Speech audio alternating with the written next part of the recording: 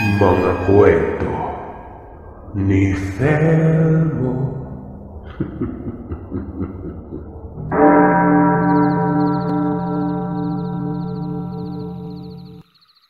Tawagin niyo na lamang po akong Abel. Tubong Norte sa parting Ilocos. Na mga panahong ito ay kakatungtong ko pa lamang ng high school. Dahil sa ako ang bunso sa apat na magkakapatid na pawang mga lalaki. Sila Kuya Nardo, ang aming panganay, Kuya Impoy ang pangalawa, at Kuya JP. Pagtitinda ng mga prutas ang aming ikinabubuhay mula sa masikap naming Tatay Ubing at masigasig na Nanay Udang. Hanggang sa aming mga anak nila ay wala silang naging sakit ng ulo dahil isa lamang ang nakatatak sa isipan ng bawat isa sa amin noon. At ito ang mapagtagumpayan ng kahirapan. Kaya naman laking pasasalamat naming lahat ng pagkalooban ng aming pamilya ng isang biyayang hindi namin inaasahan.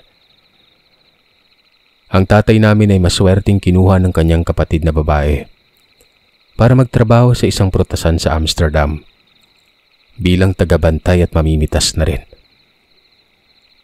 Tuwang-tuwa ang tatay nun matapos na malaman ang kinikita ng isang mamimitas ng prutas doon. Malayong malayo sa kinikita dito sa Pinas na pabarya-barya lamang. Ilang taon din ang tatay na hindi umuwi sa Pilipinas. Pero dahil sa palagiang pagpapadali nila ng sulat ni nanay, ay napapanatag naman ang loob naming malaman na nasa maayos siyang kalagayan. Laging sinasabi sa amin ni tatay na magsikap kami sa pag-aaral para hindi lamang namin maitaguyod ang pamilya, ay maging marunong din kami sa buhay. Para kung kami naman ang magbubuo ng sarili naming pamilya ay magiging handa na kami sa ganong pamumuhay. Ilang taon pa lamang ang tatay sa ibang bansa, ay unti-unti na naming nararamdaman ng kahit papano ay ginhawa sa pamumuhay at parang nakalaya na kami sa tanikala ng kahirapan. Dahil sa ang dating lupa na aming pinaghihirapang taniman at paunla rin, ay amin nang nabili sa mismong may-ari dahil sa pagsisikap ng Tatay Ubing. Ang dalawa sa mga kapatid kong lalaki ay binilhan ni tatay ng jeep para maipasada nila kapag walang pasok sa paaralan, para doon na silang dalawa kumuha ng panggastos nila sa pag-aaral. Taong 1999. Ito ang nangyari sa pagkakatanda ko. Wala akong pasok noong mga panahong yon. Kaya naman pinilit akong isama ni Kuya Empoy sa pamamasada. Dahil sa may proyekto daw sila noon sa kanilang paaralan at kailangan ito ng pera pang gastos. Pinaalam din ako nito kay Nanay Udang na nagtitinda sa tapat ng bahay. Nay, isasama ko tong tamad mong anak ha. Walang ginawa kundi manood ng telebisyon eh. Gagawin ko munang konduktor.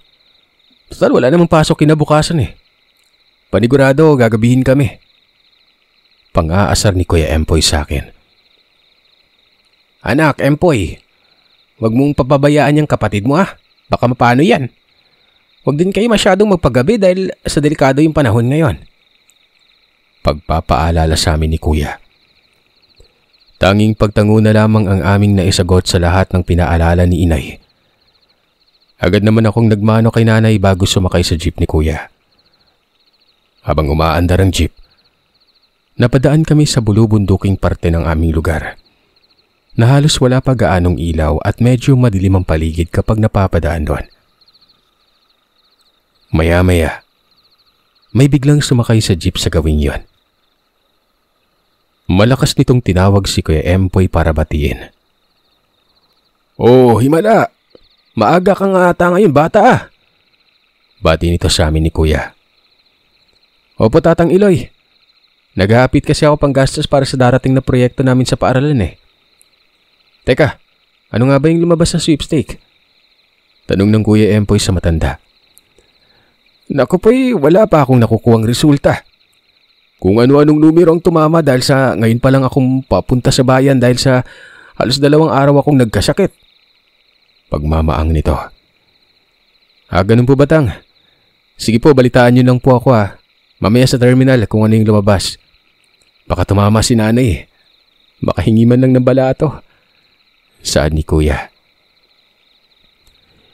Ilan pang sandali nang makalampas kami sa masukal na parte, ay doon na bumungad sa amin ni Kuya ang mga pasaherong pupunta sa bayan. Tuwang-tuwa kami noon dahil sa unang tinigilan namin ay napuno na namin kaagad ang sasakyan. Pagsakay ng huling pasahero, banayad na pinaandar ni Kuya ang jeep at tuluyan na kaming umalis nun. Habang nasa biyahe, may naririnig akong usapan ng mga tao na nasa likurang banda. Sa likurang banda ko lang nagkikwentuhan ng mga yon. Hindi ako tsismoso pero napukaw ang interes ko makinig dahil sa ang pinag-uusapan nila ay tungkol sa isang aswang umano na balitang-balita daw na pagala-gala sa aming lugar. Mula daw kahapon ay nakapagtala na ang mga kapulisan nang hindi bababa sa 3 katao na nabibiktima umano ng nasabing nilalang. Noong una, hindi ko masyadong pinansin ang sinasabi ng babae. Pero nang sundan ito ng isang matanda at nagbigay pa ng mga detalye ukol sa mga usapang yon, doon na ako nakaramdam ng takot. Nako mga iho at iha, mag-iingat kayo. Ang kabarkada ng apo ko ay naging biktima din nung nakaraang araw lamang. Siguro ito yung tinutukoy na 3 biktima ng aswang na yan dito sa atin Saad ng matanda sa mga nagkikwentuhan. Mawalang galang na po. Ano po ba yung nangyari? At paano to na biktima ng aswang? Tanong ng babae na labis ang kagustuhang malaman. Ayon umano sa apo ng matandang lalaki na ito, nag-iinuman daw sila sa tapat ng bahay ng biktima. Maingay na maingay sila habang nagkakasiyahan at nagsisigawan dahil sa mga asaran. Palibhas ay pare-pareho ng lasing ang mga ito. Naglakad ang 3 kasama ng apo niya para bumili daw ng yelo sa kabilang tindahan. Dahil ayun na lamang umano ang tindahang bukas nun. Habang binabaybay nila ang daanan, ay may napansin silang 2 asong itim na napakalaki umano at talagang nakakatakot. Nang lalapit ito, mabilis umano nilang pinagbabato yon. Nang tamaan ng isa ay agad naman daw itong kumaripas ng takbo hanggang sa pumasok ito sa mapunong banda ng lugar. Habang bumibili umano ang apo niya at ang isang kasama nila ay hindi nila namalayang umihi ang isa nilang kasama. Kaya naman naiwanan nila yon. Nang makabalik na sila sa bahay, nung kasamang naiwan, doon lamang nila ito naalala. Kaya naman nagmotor na silang bumalik noon.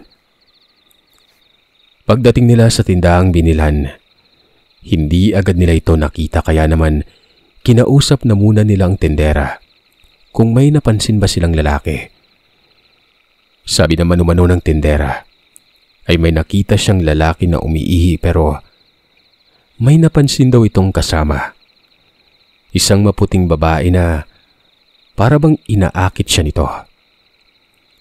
Dahil nga sa kalasingan ay walang habas itong sumunod sa babae hanggang sa makapasok na sila sa loob ng kakahuyan at hanggang doon na lamang daw niya ito nakita. Kaya naman kasama ang 2 pang barkada, pinuntahan umano nila ang lugar na tinahak ng lalaking yon. Habang naglalakad umano sila, ay nakakarinig sila ng hindi nila matukoy ng mga ingay. Hindi din nila madetermina kung ang iyak ay paghingi ng tulong o ang kabarkada nilang inabutan na ng init ng katawan kasama ang tinutukoy na maputing babae ng tendera. Kaya naman nagmadali ang mga lasing habang naghahagikikan umano dahil sa inaakala nilang may nadali ang kanilang kasama. Nang makalapit na sila sa pinagmumulan ng ingay at hawiin ng mga halaman, doon nila nakita at halos mahintakutan ang mga magkakabarkada nang makitang umiiyak ang kasama nila. Nakagat-kagat umano ng 2 malalaking aso ang magkabila nitong kamay, habang tila pinag-aagawan ng mga yon. Iyak ito ng iyak habang punong-puno ng dugo ang katawan dahil sa sugat na tinatagasan nito. Nang matauhan ng mga kasama niya, ay sabay-sabay silang umatake nun. Pinaghahampas na mga ito ang 2 asong yon, habang ang isa pa nilang kasama ay nakadampot na mahabang kahoy. At doon ay pinaghahataw ang isang asong sakmal ang kanang braso ng kaibigan nila. Dahil sa lakas ng mga paghampas at sa dami ng mga batong tumama sa 2, kusa nang kumalas sa mga yon sa pagkakagat at mabilis na nagsitakbuhan sa madilim na bahagi ng kakahuyan. Iyak naman ang iyak ang kasama nila dahil ang buong akala nito ay ito na ang magiging katapusan niya. Habang nakamotor nila itong isinugod malapit sa klinika, naikwento pa nitong ang magandang babae na umakit sa kanya. Hinaplos-haplos umano siya, kaya naman nakaramdam siya ng matinding init ng katawan. At nang pumasok ito sa looban ng kakahuyan, mabilis niya umanong sinundan ng babae pero ilang saglit pa lamang ay nawala na raw ito sa kanyang paningin. At nang tumalikod na siya para bumalik, ay biglaan daw siyang sinakmal ng kung anong nilalang. Nung una, hindi niya alam kung anong uri ng nilalang ito. Pero nang maaninagan ito ng liwanag ng buwan, doon na niya napagtantong hindi ito normal na aso. Napakaitim ng kulay nito. Napakatalim na mga ngipin, pati kuko. Napakabaho din umano ng hininga nito at merong makapal at matigas na pangangatawan. Mabuti na lang at naisugod umano ang kabarkada ng apo niya. Mula doon, nabuhay na ang usap-usapan sa 2 aswang na pagala-gala sa kanilang lugar. Matapos kong marinig yon, napalinga ako kay Kuya Empoy at kitang-kita ko sa kanyang mukha ang labis na lungkot at sindak matapos mapakinggan ang kwento ng matanda. Doon ay bumulong si Kuya Empoy na ang taong nabiktima daw ay nagngangalang Joel. Isa din daw ito sa kabarkada nila Kuya Nardo. Sa madaling sabi, kasama si Kuya Empoy at Kuya Nardo sa mga nag-iinom nung araw at oras na yon. Pero hindi sila sumama sa paghahanap doon sa lalaking si Joel. Matapos magbabaan ng mga pasahero namin sa bayan, ay malungkot na nagkwento si Kuya Empoy sa akin. Dahil noong napag-alaman daw nila ni Kuya Nardo ang balita, agad silang sumugod sa klinika sakay ng motor. Halos masuka daw silang 2 nang makita nilang parang luray-luray na puno ng saging ang magkabila nitong mga baraso hanggang kamay. Sinabi na rin ng doktor na tumingin dito na wala na talagang pag-asang magagamit o mapapakinabangan pa ng lalaking si Joel ang mga ito. Kaya agad na sinugod si Joel sa mas malaking ospital upang doong gawin ang pagputol sa magkabilang braso na labis-labis na pinag-aalala ng mga kasama niya. Kuya, naikwento niyo ba ito kay Nanay Udang? Tanong ko.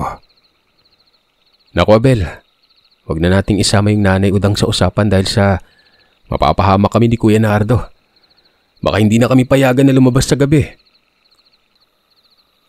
O sige, sisekreto natin ito pero pangako mo huwag na maulit yung ganitong pangyari. Alam kong hindi kakayanin ng nanay kung isa naman sa inyo yung mapapahamak. Sumagot naman ang pagsang-ayon ng Kuya Empoy. Kaya naman matapos ang unang biyahe namin, ay nasundan pa ng nasundan hanggang sa hindi na namin namalayan na nakailang ikot na kami. Halos 8:00 na rin ng gabi noon. Dahil sinabi ni Kuya Empoy na kukuha daw kami ng last trip bago kami gumarahe. Umuon na lamang ako dahil sa alam kong naghahapit ang kuya dahil sa pinaglalaanan niyang gastusin noon. Nang mapansin ni Kuya Impoy na tila wala nang sasakay pang iba sa jeep, doon na kami nagpasyang umalis nun.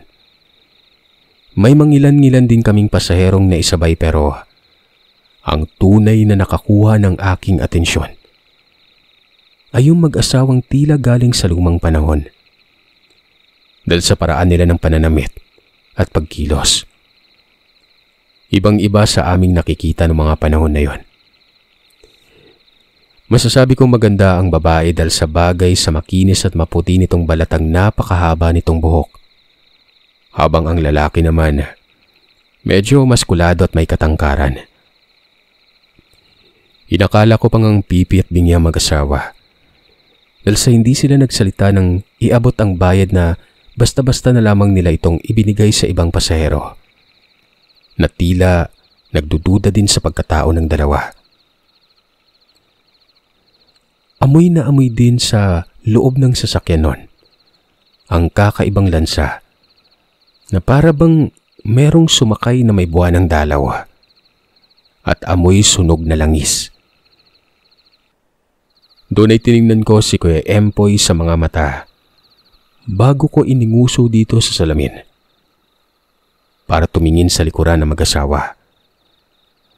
Napangisi na lamang si Kuya Empoy nun at sinabi sa tuwing bumabiyahe daw siya ay laging nakasakay ang mag-asawang weirdo kung tukuyin ni Kuya. Sinabi din niya na wala namang ginagawang masama ang mga ito. Bagkos ay huwag ng pag-isipan ng kakaiba o hindi maganda. Kaya naman napatango na lamang ako nun.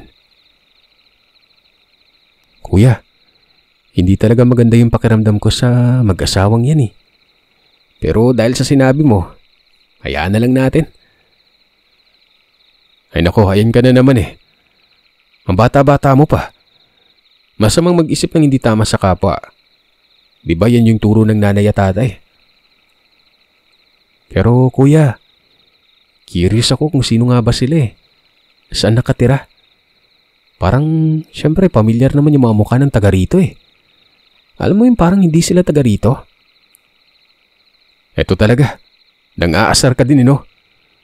Hindi ko sila kilala personal pero sa pagkakatanda ko medyo malapit ata sa bahay natin yung tinutuluyan eh.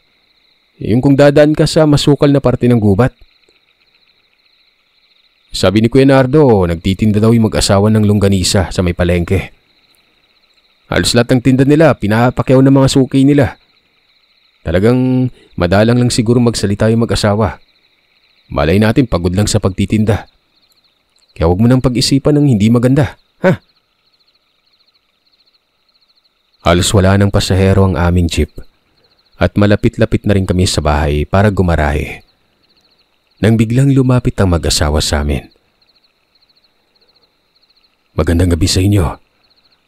Ako nga pala si Limuel at ito ang asawa kong si Ason. Bagong lipat kami dito. Galing kaming Dueñas. Sa Panay, sa Iloilo. Gusto sana naming ibigay itong balot ng longganisa sa inyo para matikman nyo eh. Baka magustuhan nyo at maging sugi namin kayo. Ha?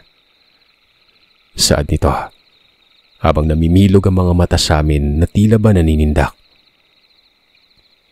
Oo nga, paniguradong magugustuhan nyo yan. Marami at nagsusumiksik ang mga karne sa bawat pagbabalot ko. Kaya naman sobrang malasa yan.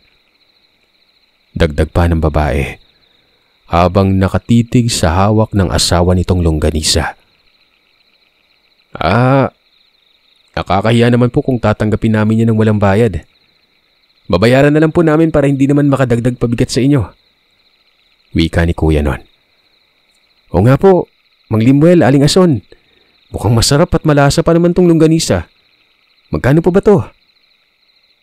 Nako, huwag na kayo mag-alala. Ibibigay ko muna ito sa inyo bilang libreng patikim. At kung magustuhan nyo, pwede nyo kami puntaan dun sa dulong bahay. Lagpas ng barangay hall. Nakangiting saad ng lalaki habang binabalot ang dalawang supot ng longganisang may magkaibang lasa. Agad na inabot ito na mag-asawa habang parehong nakangiti sa amin ni Kuya Empoy. bago sila magsabi na hanggang doon na lamang daw ang mga ito. Nagpasalamat na lamang kami ni Kuya Empoy dahil sa kabaitan nilang ipinakita sa aming dalawa. Nagawa naman akong sisihin ng kuya dahil sa mga malisyosong pag-iisip ko kanina sa mag-asawa. Kita mo na, ikaw na tong nabigyan ng libre. Ikaw pa tong masama ugali at mapanghusga. Saad nito. Agad kong binulatlat ang mismong balot ng longganisa. Nang maamoy ko ang napakabangong singaw nito. Nang mabutas ko ang plastic na yon. Halos hindi ko na maalis sa aking ilong. Para bang rumihistro sa sistema ko, kaya naman muli kong sinamyu-samyu ito habang nakapikit nun. Natila ba sarap na sarap ako sa aking ginagawa. Saka ko dinutdot ang mabibilog na longganisa dahil talagang mukha itong masarap. Doon sa puntong yon, hindi ko na napigilan ang aking paglalaway at pagkatakam. Kaya naman pinilit ko si kuya na magmaneho ng mabilis nun. Ilang sandali lang nang dumating na kami sa bahay. Hindi pa man nakakaparada si Kuya Empoy ay mabilis na akong bumaba sa sinasakyang jeep. Dali-dali akong nagtungo kay nanay. Agad-agad na nagmano habang kinikwento ko sa kanila ang mga naganap sa maghapon. Pati ang mga balita tungkol sa aswang. Pero isinaalang-alang ko din naman ang napag-usapan namin ni Kuya Empoy na huwag ko silang ilalaglag kay Nanay Udang. Nay, baka pwede niyo naman pong lutuin yung nakakatakam ng longganisang to eh. Binigay to sa amin ng bagong lipat na mag-asawa dyan. Dyan lang sila sa itaas ng kakahuyan yung daan, oh. Napatango naman ang Nanay Udang habang tinitingnan ng laman ng plastik. Gulat na gulat ang nanay dahil nang makita nito ang tila masarap na longganisang dala namin. Hindi na ito nagpatumpik-tumpik pa. Agad na niyang niluto yon. Siguro sa mga batang 90s dyan, alam na alam niyo kung gaano ka-importante o kagaano ka-espesyal yung mga longganisa dati, diba? Lalo na sa probinsya, bihira ka lang makatikim nun. Habang niluluto ng nanay ang longganisang yon, ay nag-amoy sa buong bahay ang napakabango nitong samyo.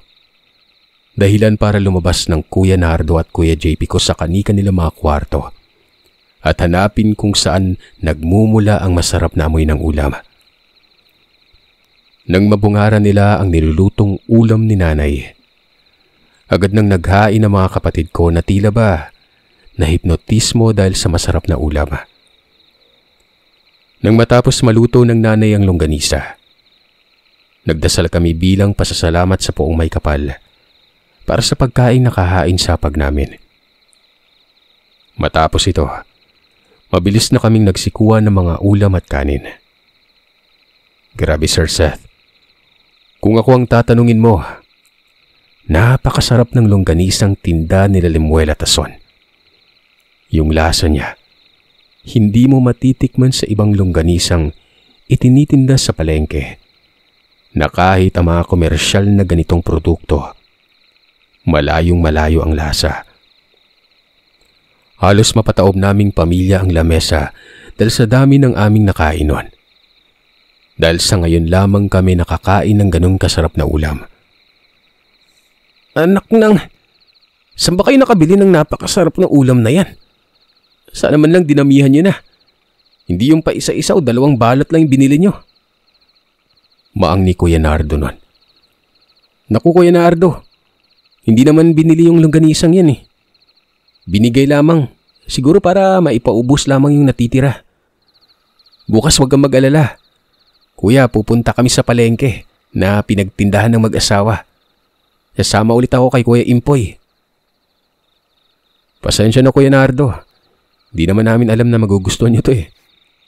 Binigay lang sa amin yan para maging libreng patikim. Pare-pareho pa naman natin hindi alam na ubod pala ng sarap. Hayaan mo, bukas na bukas din bibili kami ng 1 dosena. Pang-aasar ni Kuya Impoy noon. Kinabukasan, maaga pa lang nagising na kami ni Kuya Impoy. Naganda sa pamamasada ng jeep.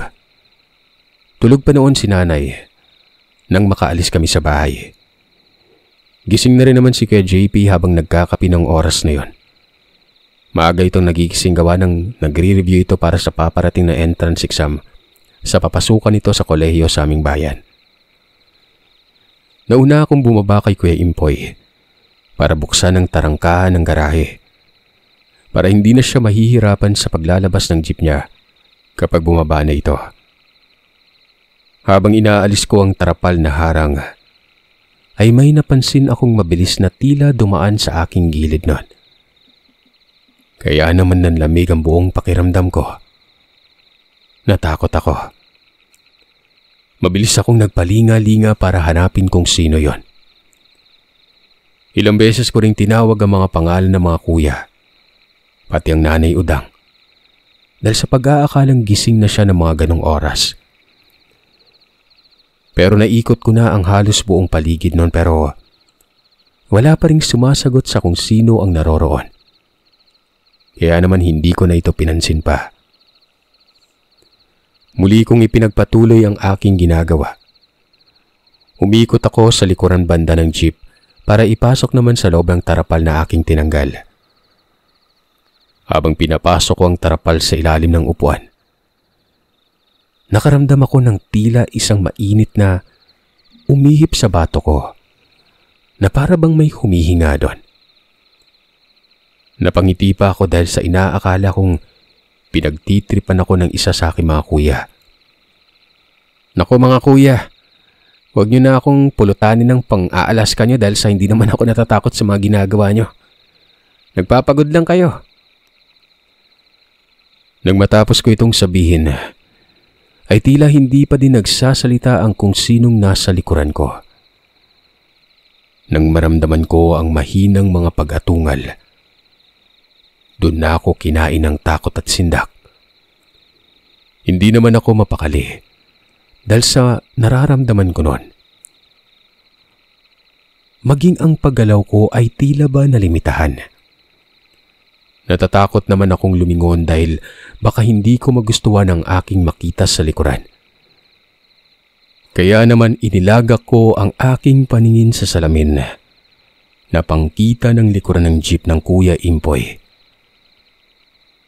Kamuntikan na akong mahimatay dahil sa nakita ko ang pinagkikwentuhan namin ni Kuya Impoy na aso. Pero hindi ko pinahalata ang pagkasindak ko. Kunwari, hindi ko ito nakikita na nasa likuran ko lamang yon. Pinilit kong umakto ng naaayon dahil kung hindi, ay buhay ko ang magiging kapalit.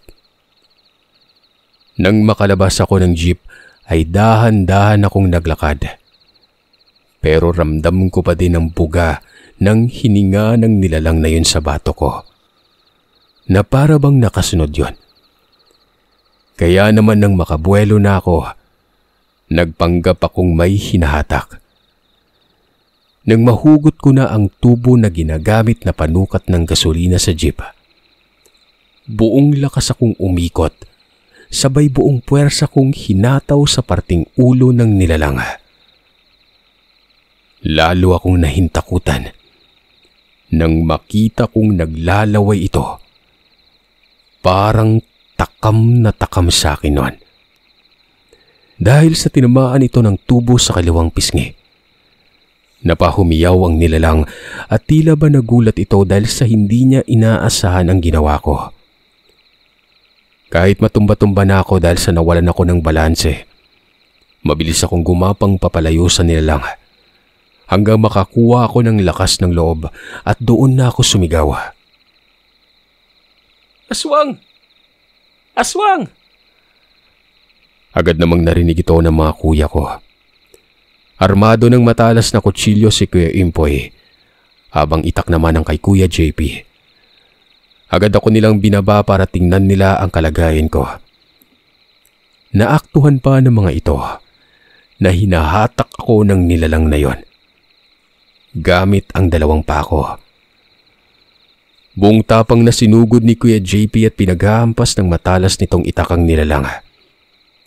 kung saan-saan dumadapo ang mga paghampas ng kuya na naging dahilan para makabitaw ang nilalang na ito sa binti ko. Dali-daling pumasok sa loob ng bahay ang Kuya Impoy upang kuhain ang garapon ng asin at mabilis na muling bumalik nun. Kinaskasan niya ng asin ng kutsilyong hawak sabay ibinato ito sa nilalang na nakatayo. Ang pagkakaalam ko ay tinamaan yon sa may balikat dahil kitang-kita ko na parang may umusok o parang may pinagpag na alikabok doon. Kasabay noon ay umatungal ang nilalang na ubod ng lakas, dahilan para magising si Nanay at Kuya Nardo. Dahil sa tinamong pinsala nito, mabilis itong tumakas papasok sa madilim na kakahuyan. Dali-dali naman akong tinulungan ng mga kapatid ko para maitayo at maipasok sa loob ng bahay. Natataranta naman ng Nanay Udang kung paano ako matutulungan. Kaya naman binigyan ako ng Kuya JP ng paunang lunas nun. Nilinis nito ang mga sugat ko. Nagawa ng matalas na kuko ng nilalang na yon. Matapos nilang linisin ang mga sugat, ay agad tinanong nila kung ano ang nangyari. Ikinuwento ko naman ang naganap. Dahil doon ay hindi na muna kami bumiyahe ni Kuya Impoy. 2 araw ang lumipas. Isinama ako ng Nanay Udang sa pamamalengke. Masayang-masaya ako dahil sa alam ko makakabili naman ako ng masarap na longganisa ni Mang Limuel at Aling Ason. Para bang wala nang nangyari nun. Nagkaroon ako ng takot pero yung tipong trauma lang. Mababaw din naman ang sugat na binigay sa akin ng nilalang, kaya pahilom na ito noon. Habang nakasakay kami sa motor ng Kuya JP, ihahatid niya kami ni Nanay, ay may napansin kaming tila ba nagkakagulong mga taong naroroon sa isang sulok. Naroroon din ang ibang mga tanod at pulis noon. Bumaba kami nila Nanay at Kuya sa may motor para makiosyoso. Nang makita ko ang isang matandang lalaki na nakasubsob sa damuhan at wala ng buhay noon. Kapansin-pansin dito ang damit nitong natuyuan na ng dugo at wasak-wasak na rin ang pang-ibaba nun. Nang ibaliktad ito ng mga pulis, ay doon bumungad sa amin ang kalunos-lunos na kalagayan ng matandang lalaki. Tila ba may gustong yumurak o bumasak sa dibdib niya. Hindi namin alam kung may laman pa ba yon o merong nadukot na laman loob dito. Ang mas nakakatakot pa kasi, Sir Seth, nakamulat pa ang matanda. Indikasyon na tila ba hindi talaga katuwa-tuwa ang kinamatay niya. Ang mas nakakatakot pa, namukhaan ko ang matandang yon. Lumipat ako ng ibang anggulo para mas lalo ko pang makita ito ng maayos. Tama ang iniisip ko. Si Tatang Iloy ang matandang namatay. Siya ang matandang nagpapatayan ng sweepstakes na kakilala ni Kuya Impoy. Labis akong nanlumo matapos malaman ang kamatayan ng matandang lalaki. Naku mga anak, kaya kayo lagi kayo mag-iingat ha. Parang aswang yung may gawa no? Kung sino mang demonyo yung salarin, sana mahuli na at mabigyan ng hustisya yung karumal-dumal na pagpatay niya. Saad ng Nanay Udang. Nay, kilala ko po yung matandang natagpo ang patay. Ano po to eh? Dahil kay Kuya Impoy. Isa po siyang nagpapatay ng sweepstake. Nakasakay po namin siya nung nakaraang araw lamang. Parang hindi na po nakauwi yung matanda sa bahay pagkagaling sa bayan ah. Saad ko nun. Naku tol, paniguradong malulungkot si Kuya Empoy pag narinig ito. Di ba si Kuya Empoy naman yung inuutusan yung magpataya sa sweepstake? Kaya kilalang kilala siguro ni Kuya yan. Sa totoo lang, hindi na kailangang gamitan ng malalim na pag-iisip kung ano o sino yung pumatay dyan eh. Kawawa. Kung titingnan mo, Alam mong hindi kayang gawin ng mga adik o mabangis na hayop yan. Tingnan mo yung sugat pa lang ng matanda sa braso. Oh. Parang sugat na tinamo ni Abel sa binte, tsaka paa, nung sinubukan hatakin ng aso. Seryosong saad ni Kuya JP.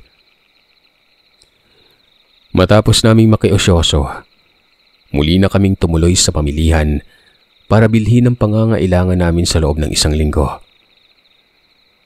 Habang nakikipagtawaran si Nanay at Kuya JP, nagpaalam ako rito na kung pwedeng hanapin namin ni Kuya JP ang pwesto nila Mang Limuel at Aling Ason para bumili muli ng ilang balot dahil sa nagustuhan namin yung longganisa nila. Kaya naman ipinagtanong-tanong ko kung saan ang mismong pwesto ng mag-asawang nagtitinda ng longganisa na yon. Kung kani-kanino na ako nagtanong kung saan matatagpuan ang kanilang pwesto. Pero tila walang nakakakilala sa mga ito. Hanggang sa sinubukan kong lumapit sa isang tindero ng karne. At doon ako nagbakasakali nun. Magandang araw, Manong. May tanong ko lang po. May kilala po ba kayo mag-asawang nagtitinda ng longganisa? Yung sina Limuel at Ason? Yung dalawang weirdong mag-asawa. Dito sila nagtitinda ng produkto nila pero wala sila ngayon. Hindi ko alam kung bakit. Madami-dami nga silang suki sa tinitindang longganisa na naghahagilap din sa kanila eh. Ilan pa nga dito galing pa ng kabilang bayan. Kung alam mo yung bahay sa kabila, yung malapit sa Burol, doon ka pumunta. Doon na lang kayo bumili. Iho. Total bata pa naman kayo ng kuya mo. Papasuyo ko ito. Kapag natapos mong lutuin yung mga longganisa, subukan mong patakan ng kalamansi. Kahit 1 o 2 piraso lang. Tignan natin kung ano yung resulta. Sambit niya. Mawalang galang na po ah. Bakit po namin kailangang lagyan o patakan ng kalamansi yung longganisa? Baka magbago po yung lasa ah. Takang pagtatanong ni Kuya nun. Yes, mga paniniwalang matanda na kapag yung karne pinatakan mo ng kalamansi, lalabas yung tunay na anyo o kung may sumpa bang binalot sa pagkain yung kakainin. Huwag kayong mag-alala. Hindi naman magbabago ang lasa ng pagkain na pinatakan ng kalamansi. Ang tanong, kung makakain mo pa ba yun matapos mong lagyan yun? Nakakalitong paliwanag sa amin ng tindero. Ganun po ba? O siya, sige po. Maraming salamat sa impormasyon. Huwag po kayo mag-alala. Susundin po namin yung pagpatak ng kalamansi. Nagpatuloy na kami ni Kuya sa paghahanap naman kay Nanay kung saan siya nagpunta nun. Halos hindi mawala sa isipan ko ang sinabi ng tendero sa amin ni Kuya kung bakit kailangan pang ganun ang gawin.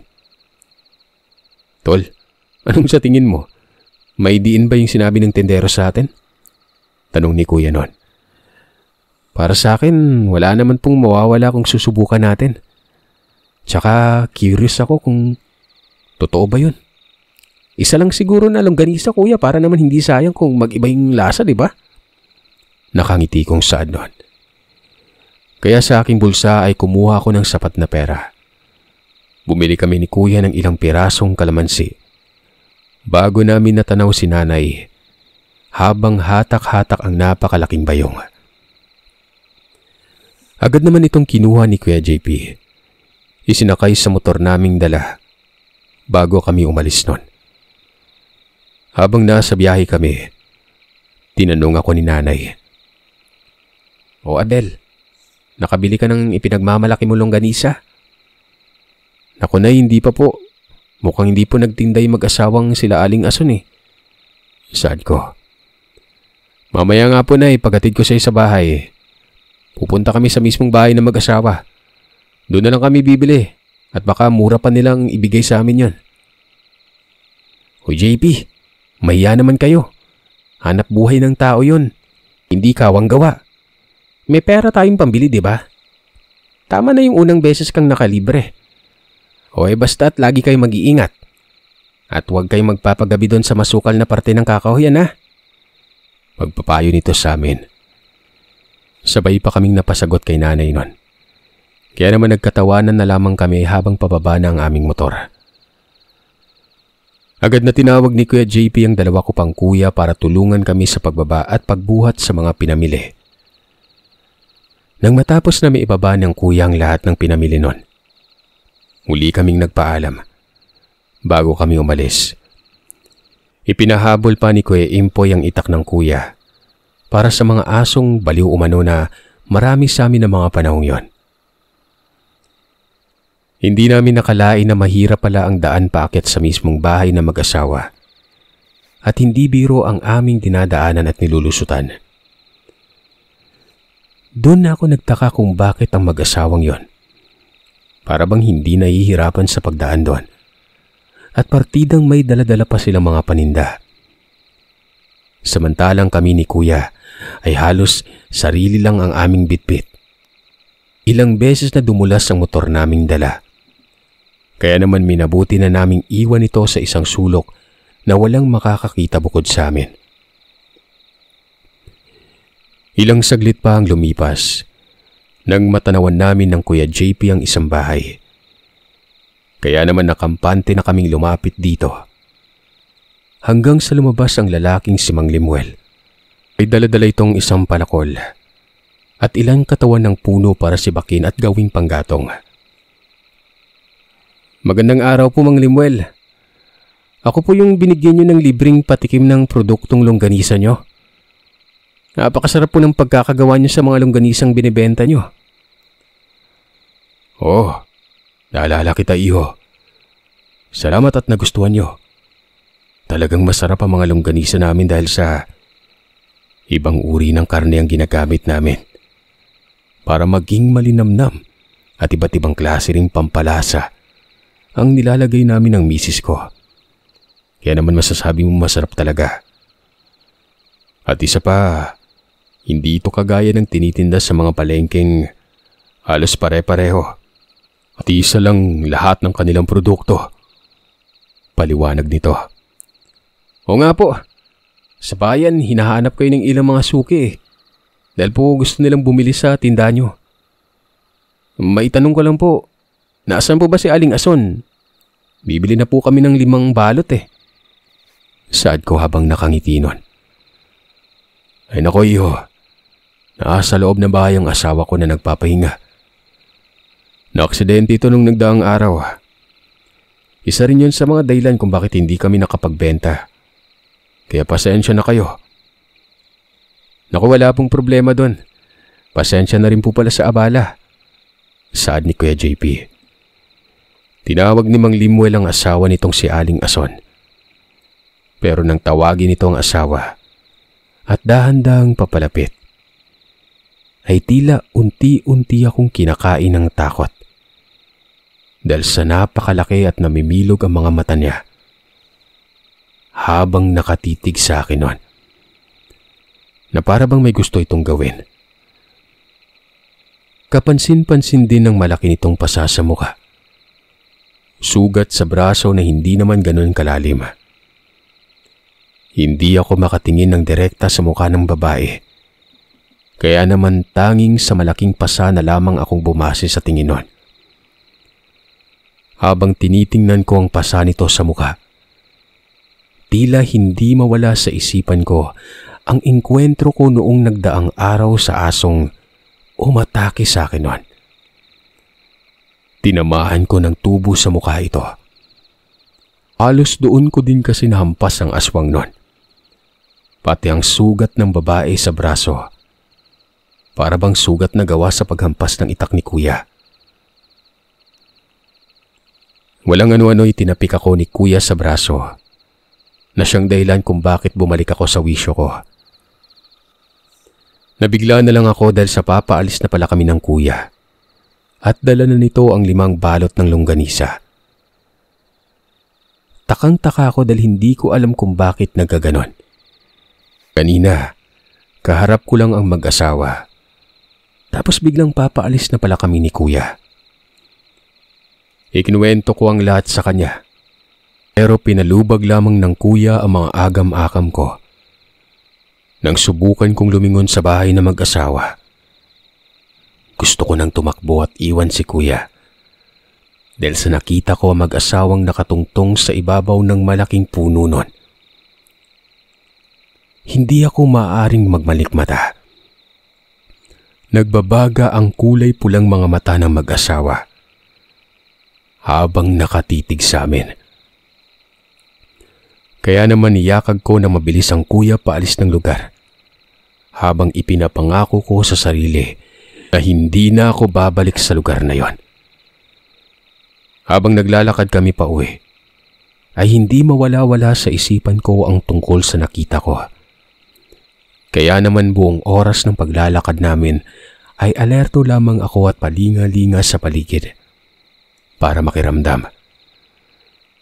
Hindi ko naman ito masyadong pinahalata kay Kuya JP para hindi na ito mag-alala sa kinikilos ko nun.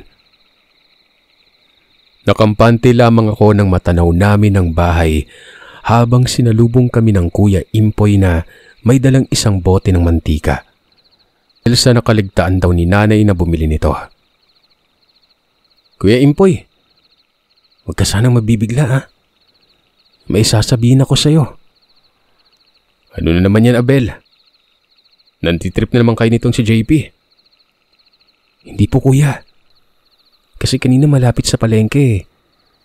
Natagpo ang patay si Tatang Iloy, di ba? Wakwakin siyan. Parang wala nang namang loob yung kawawang matanda. Mulat pa nga yung mga matay, parang pinahirapan muna bago pinatay. Pero sabi nga ni Kuya JP, parang aswang yung ng biktima yung gaya ng umatake sa akin. Tahimik naman ang Kuya Impoy ko matapos marinig ang sinabi ko. Sinabi niyang nasabi na umano ni inay sa kanya yon. Nag-aalay na umano siya ng maikling panalangin at naiyak niya rin kahit papano gawa ng nalungkot din siya dito. Alam niyo si Tatang Iloy, isa sa mga kaibigan ni Tatay Ubing yan. At ang panganay naman na anak, kaklase ko nung high school. Sa bahay nila kami dati tumatambay at umiinom ng alak na patago eh. Mabait yung matanda. Di nga lang siya kilala ni Nanay Udang dahil sa naaksidente ito. Kaya nalimitahan yung paglabas-labas dito ng ilang mga taon. Nang makalabas nga si Tatang, nakapag-abroad na si Tatay kaya hindi naman na sila nagkita pa. Saad ni Kuya Impoy sa malungkot na boses nito. Pagdating namin sa bahay, nagmadali na akong naghanda para makapagluto na. Ilang minuto lang ang lumipas, nailuto ko ng 2 balot ng longganisa. Gaya dati, napakabango nito at napakasarap tingnan. Habang sarap na sarap kaming kumakain ng longganisa, Sir Seth, bigla kong naalala ang sinabi ng tinderong karne na napagtanungan ko nun. Nay, nga pala, saan niyo po nailagay yung kalamansing binili ko kanina sa palengke? Ayun ba? Nako, naipasama ko sa mga gulay, Abel. Tinanong ko nga si Kuya Nardo mo kung bakit napakarami mong biniling kalamansi eh. Nako Nay, may nakausap kasi kaming tindero eh. May pinasusubukan sa amin ni Kuya JP. Kaya naman naghiwa ako ng ilang pirasong kalamansi. Inilagay ito sa isang platito. Saka ko mabilis na inihain sa nanay at mga kuya kong sarap na sarap kumain ng longganisa. Pinatakan ko isa-isa ang mga longganisang nasa pinggan ko. Habang nagtatawanan sila kuya na baka nga magbago ang lasa nito. Yan nga lang, kagaya ng ibang nasa kwento mo, nagulat kami nang biglang bumula ang mga pagkaing nakahain. Isa-isang tila umuusok ang mga ito. Ang kaninang mabangong amoy ay napakasangsang na. Kaya naman napaduwal ang 3 kapatid ko, pati na rin ang aming ina. Lalo na nang makita namin ang kaninang masarap na pagkain. Nagsimula nang magkaroon ng mga uod na hindi namin alam kung saan nanggaling. Mga kumpol na makapal na buhok. Pero imposibleng galing kanino man sa amin yon. Halos sabay-sabay kaming mapasukan ng makitang tila may mga balat na hilaw pa at parang mga putol na kuko. Hindi ko alam kung may nakita rin ba akong mga ngipin nun. Pero parang hindi galing sa hayop eh. Diring-diri kami dahil sa aming nadiskubre. Wala na akong narinigan nila kuya kundi puro mura at ngit-ngit nun. Dahil sa alam namin sa sarili na nakakain kami ng kakaibang karne. Galit na galit si Kuya Nardo dahil maging ang mga suka nito ay naging pera-perasong kung anong hilaw na balat. Nangunguya niya pa yon, Sir Seth. Hindi pwedeng ganito ah. Naloko tayo ah. Aswang yung mga yon. Babawi tayo. Babawi tayo. Saad ni Kuya Nardo. Totoo lang kuya. Di ko talaga mawala sa isipan yung tungkol sa aswang na sumalakay sa akin eh. Yung nasa garahe ako. Parang ganun din yung pasa at sugat na meron si Aling Asun eh na aksidente daw. Saad ko. Dahil sa mga naganap, grabe ang galit ng mga kapatid ko noon. Lalo na nung marinig nila ang kwento ko. At doon ay napagtagpi-tagpi namin ang mga pangyayari. Napagdesisyonan namin na sumugod sa bahay ng mag-asawa na yon. Nung una, pinipigilan kami ni nanay pero nang ipaliwanag ng Kuya Nardo ang buong pangyayari, nagalit din ito. Sasama daw siya.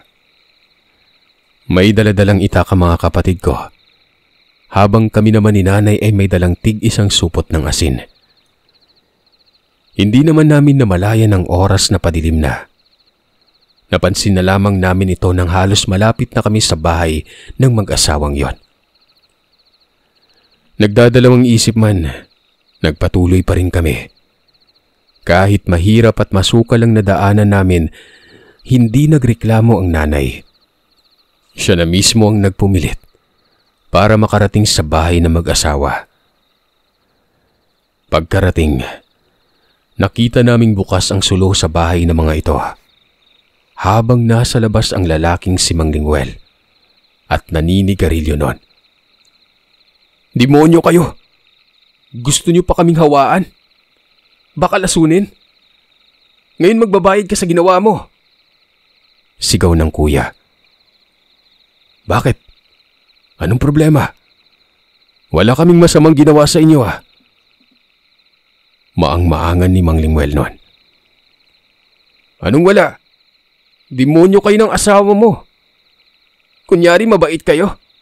Yun pala masahol pa kayo sa mga kriminal. Saad ni kuya. Sabay hagis na mga longganisang nagbago ang anyo nun. Bigla na lamang napatahimik si Mang Linguel. Huminga ito ng malalim sabay sabing, ba't niyo pa inalam ang sekreto naming mag-asawa? Wala pa kayong kasama. Hindi kayo makakaalis dito sa bahay. Sabay tawag nito sa asawa. Hahanguin umano nila ang mga bagong karning gagamitin nila sa paggawa ng bagong longganisa nun. Sinasabi niya ito habang lumalabas ang isang malaking aso mula sa bahay niya. Dito ako nagulat, Sir Seth.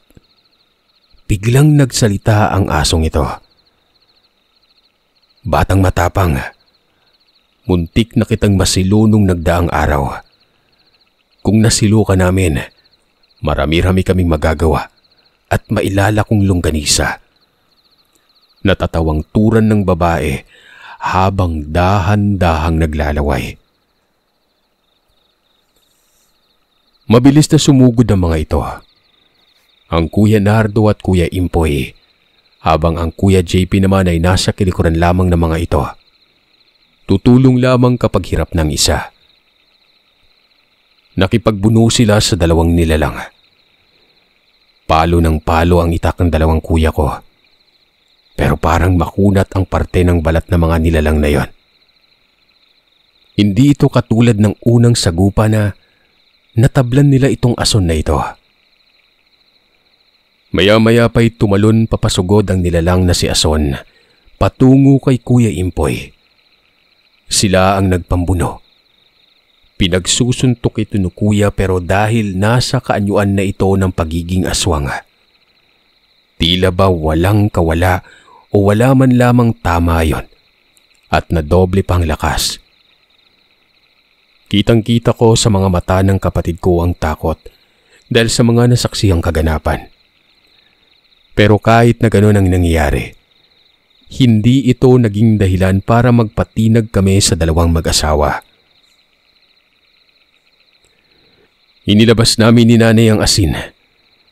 Pilit na tinatapon sa kanila pero para bang sobrang hina ng pagbato namin dahil kung hindi sila tinatamaan ay tila hindi sila inaabot. Maya-maya pa, bigla na lamang tumalon ang mga ito paitaas ng kanilang bubungan. Bigla ring tumalon sa kabilang parte ng kanilang bahay. Kumaripas sila ng takbo hanggang mawala sa dilim. Dito, nakarinig na kami ng ibang mga ingay at may ilaw sa may bandang likuran namin. Doon namin nalaman na paparating na pala yung ibang mga taong may dalang mga itak at apoy noon. May nakakita umano sa amin at humingi ng tulong sa ibang mga tao. Wala man silang naabutan pagkarating nun. Sinimulan nilang sunugin ang bahay ng mag-asawang ito. Binaunan din ito ng bugok ng itlog ang bawat sulok ng bahay para hindi na umano muling makabalik pa sa dati nilang tirahan na mag-asawa. Dahil sa hindi kami mapanatag sa mga kinain namin, Sir Seth, nagmadali kaming pumunta sa bahay ng isang kilalang manggagamot sa lugar. Doon ay sumangguni kami sa kanya. Ayon sa manggagamot, mabuti na lamang umano at nakalas ang sumpa sa pagkain dahil sa paglalagay namin ng kalamansi. Tuluyang nalusaw ito sa pamamagitan ng katas nun. Isa pang isinaalang-alang namin na hindi na babalik ang aswang sa bahay o lugar namin dahil sa nasunog na namin ang kanyang tirahan. Kaya naman nilipat ito ng ibang lugar para maghanap na naman ng mabibiktima at mahawaan ng kanilang sumpa. Hanggang sa kasalukuyan ay dito pa din naman kami nakatirang magkakapatid kasama ang aming retiradong Tatay Ubing at Nanay Udang na matatanda na. May kanya-kanya na rin kaming pamilya at gumaan na rin ang aming pamumuhay. Pero iba pa rin ang kilabot ko sa tuwing nakakakita o nakakaamoy ako ng nilulutong longganisa at natuto na kaming maglagay ng kalamansi sa bawat karning kakainin namin o iluluto nun.